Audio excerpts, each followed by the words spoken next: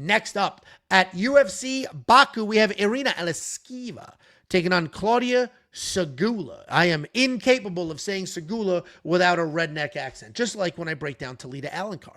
We have Irina Alekseeva. She is only 5-2 in her career, which means she's 3-2 in her last 5. She is coming back after a 2-year layoff. She's taking on Klaudia Sygula. 6-2 in her career, 4-1 in her last 5. She's coming off that TKO loss to Melissa Mullins, and Melissa Mullins is a name that you're going to hear very often because Irina's last fight 2 years ago was also a loss to Melissa Mullins.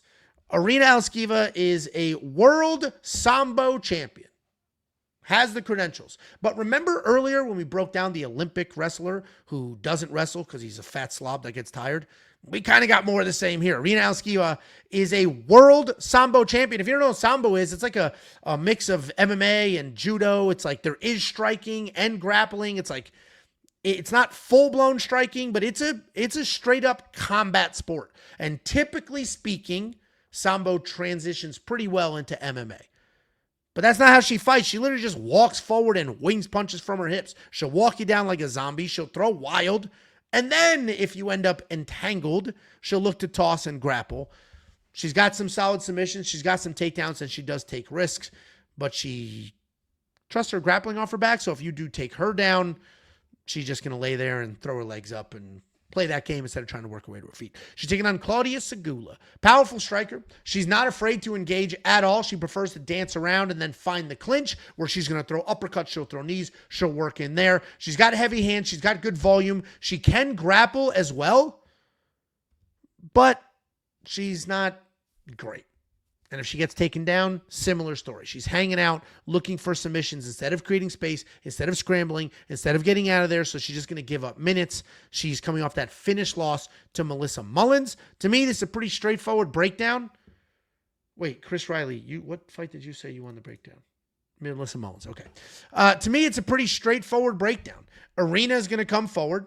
Irina's going to get in Claudia's face. Claudia's not going to like it. Claudia's going to clinch. When she clinches, she'll get taken down or tossed because that's what Irina does. I mean, that's going to be the breakdown. Irina's going to be the pick here. She's a considerable favorite at minus 275.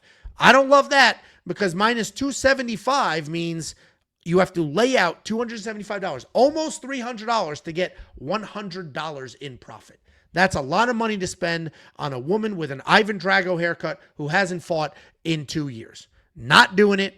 I'm not spending that money. I think the over on the round might make some sense here, but we just watched Claudia get finished. You got to leave this one alone. You got to leave it alone. This is not the card to be playing games with the lady overs. If we take a look at DraftKings Fantasy, $8,900, this is a weird situation where that could be worth it because Irina Alekseeva does have the opportunity to get takedowns. She wings punches on her feet. We saw her opponent get finished. Irina can do, there's a lot of weird stuff here where we could end up with an Irina finish or we could end up with a terrible decision. She hasn't fought in 2 freaking years. Who knows what she looks like? And not only has she not fought in 2 years, she only has 7 fights in her entire career. You probably just got to stay away, but I wouldn't be shocked if some wild shit happened in this fight. If you do want to check out every pick, every bet, every tool, everything that we offer, just go to WeWantPicks.com. Click Become a Member. At the top, it's $10 for quite literally everything. That's an entire month. You're going to get the safety parlay, all the picks and the bets for UFC 317 next week, UFC 318 2 weeks after that, and the 2 fight nights in between. Let's go ahead and take a look at the comments. 5-2 versus 6-2. These are crafty vets. Fortunately for the women's division, that actually may qualify as a crafty vet. Irina with long hair is very nice. He's talking about her attractiveness, and I don't completely disagree with you. Irina can get it. Okay, these are not the comments we're looking for here. We're kind of looking for actual fight breakdowns. You literally told everyone to type which fight. Yes, I did. He's talking about in the Discord. I said, if you want to hop on the stream, put in the chat what fight you want to break down. But Avery shows up clueless, not ready, didn't type it out, but he did tell me which one he wanted. Since then, we have a $4.99 super chat from Jafar Raza. Hey, Ange, I'm super sorry to hear about your dog. My cat is really sick now, and we think he may go in the next day or 2. We grew up with him. And, dude, it's sad as fuck, man. It's sad as fuck. People who don't have, pets or... There's different ways that people have pets. we let the dogs sleep in the bed. Like, they are literally part of the family. They sleep in the bed. They're part of everything that we do. Some people treat dogs like dogs. You live outside. You sleep outside you sleep in the crate, and they treat them like dogs, which is fine. Like, that's how you do it. We don't do it that way. So when you treat it like a family member and you have it for 13 years, I've known my dogs longer than I know my kids. So when I have them for 13 years and you lose your pet, it's fucking tough, especially when the kids grew up with him. That's all they've ever known. So it's been tough.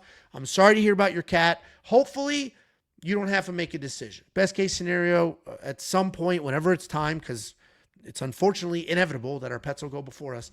Whenever it's time, hopefully your cat just goes to bed and that's it.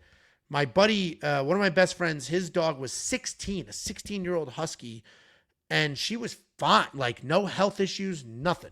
And one day she just walked outside, laid down, and that was it. It was like the most peaceful. Nobody had to make a decision, no heartbreaking. Like, I don't know if you've ever done it.